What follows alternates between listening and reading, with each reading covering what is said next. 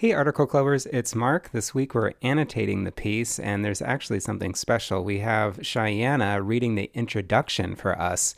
Please listen. I think that you're going to enjoy it. And if you do have first impressions that you'd like to share, please put it in the comments. Anyway, I hope you're having a great week. Please annotate, and I'll see you at the discussion on February 27th.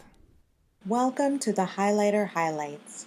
My name is Cheyenne Bryan, and this is an excerpt from When Things Go Missing, Reflections on 2 Seasons of Loss by Kathryn Schulz.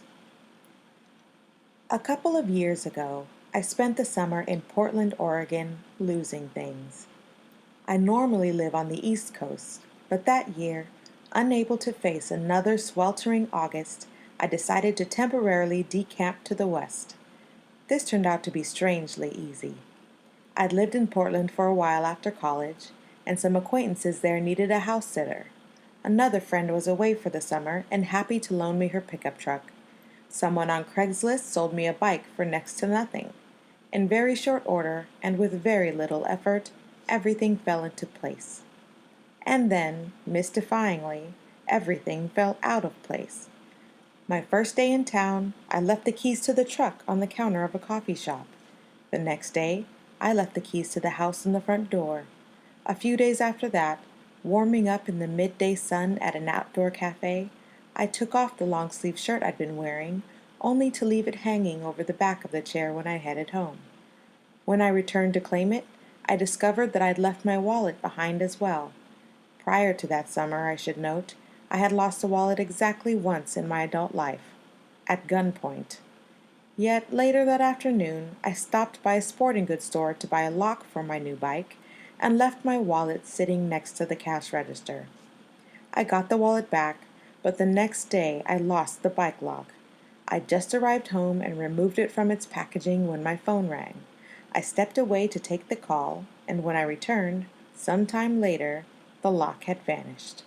This was annoying, because I was planning to bike downtown that evening to attend an event at Powell's, Portland's famous bookstore.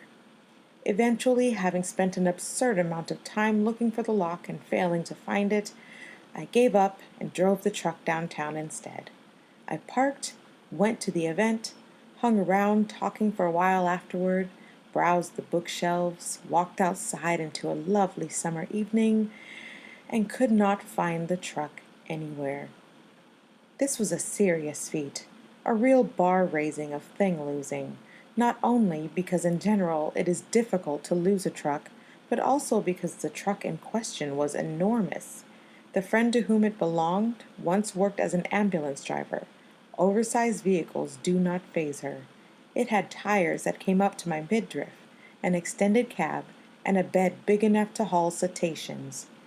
Yet I'd somehow managed to misplace it in downtown Portland, a city, incidentally, that I know as well as any other on the planet. For the next 45 minutes, as a cool blue night gradually lowered itself over downtown, I walked around looking for the truck, first on the street where I was sure I'd parked, then on the nearest cross street, and then in a grid whose scale grew ever larger and more ludicrous.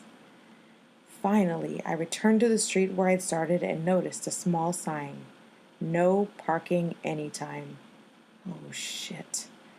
Feeling like the world's biggest idiot and wondering how much it was going to cost to extricate a truck the size of Nevada from a tow lot, I called the Portland Police Department. The man who answered was wonderfully affable. "No, ma'am," he veritably sang into the phone. "No pickup trucks from downtown this evening. Must be your lucky day." Officer, you have no idea.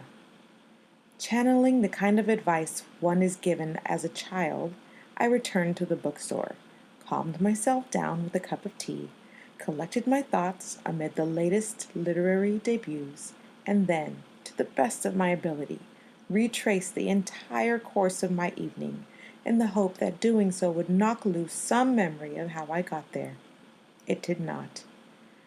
Back outside on the streets of Portland, I spun around as uselessly as a dowsing rod.